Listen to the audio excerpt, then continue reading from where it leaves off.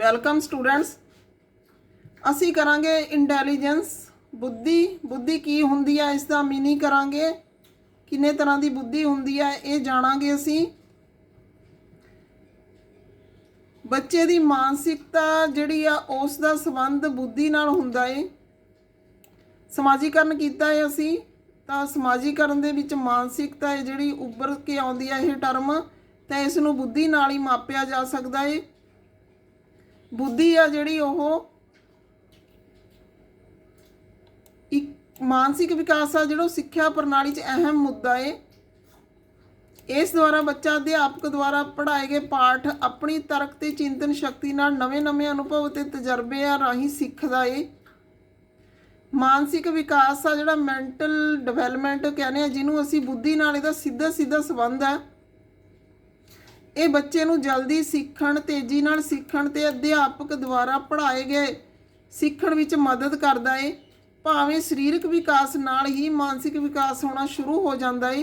मनोविग्यान के खेत्र विच मानसिक विकास का अध्ययन शरीर नालों वखरा है। इस बारे वख-वख विद्वानां ने अपने अपने विचार पेश किए ने। बंकिंग अनुसार सीखण की योग्यता का संबंध बुद्धि नाल है ते इस अनुसार प्राप्त किए अनुभवों तो लाभ उठाने की योग्यता ही बुद्धि है। पर इस विचार नूं इस गल तो नकारिया जाता है कि सीखण प्रक्रिया जां बुद्धि दो वख-वख चीज़ां ने। थॉर्नडाइक ने डेफिनेशन दिती है, बुद्धि मूर्त अमूर्त ते समाजिक हुंदी है। विमैन ने डेफिनेशन दिती है, किसी व्यक्ति विशेष का नवीं परिस्थितियों विच अपने आप नूं समायोजित कर लेना ही बुद्धि है।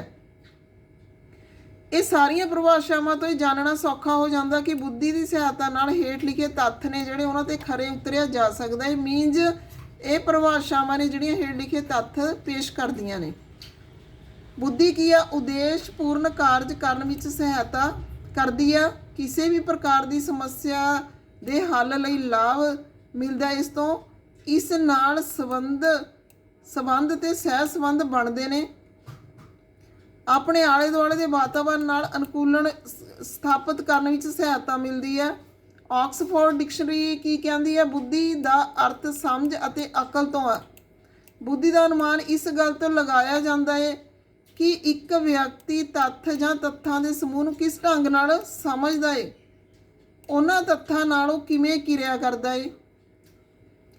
बुद्धि किसे बारे जानन, किसे तो जानन, समझण ਅਤੇ रुचि नाल संबंधित है।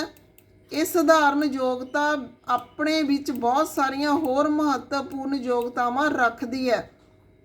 इहदियां खास योग्यतावां नवे वातावरण नूं अपनाउण अते उस नूं परिवर्तित करन दी योग्यता, ज्ञान प्राप्त करन दी योग्यता, तर्क अते अनुभव करन दी योग्यता, संबंधां नूं समझण दी योग्यता, मूल्यांकन अते समझ दी योग्यता। ये सीगी बुद्धि। अगे बुद्धि दी किस्मां देखते हैं असी।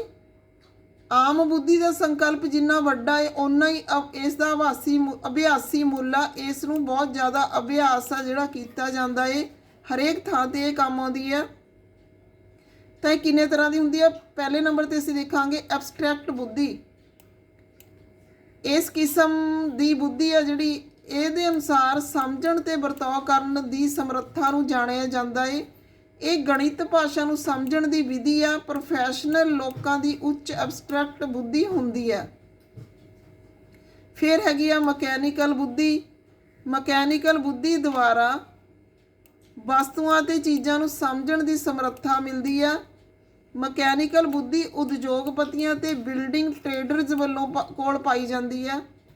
फिर हैगी आ समाजिक बुद्धि। समाजिक बुद्धि का संबंध रिश्तिਆਂ ਨੂੰ ਸਮਝਣ ਅਤੇ ਮਨੋਵਿਗਿਆਨ ਨਾਲ ਹੁੰਦਾ ਹੈ। ਸੇਲਜ਼ਮੈਨ ਰਾਜਨੀਤਿਕ ਅੰਤਰਮੁਖੀ ਵਿਅਕਤੀਆਂ ਦੀ ਸਮਾਜਿਕ ਬੁੱਧੀ ਹੁੰਦੀ ਹੈ ਜਿਹੜੀ ਕਿ ਮਨੁੱਖ ਦੇ ਸਮਾਜੀਕਰਨ ਲਈ ਬਹੁਤ ਜ਼ਰੂਰੀ ਹੈ।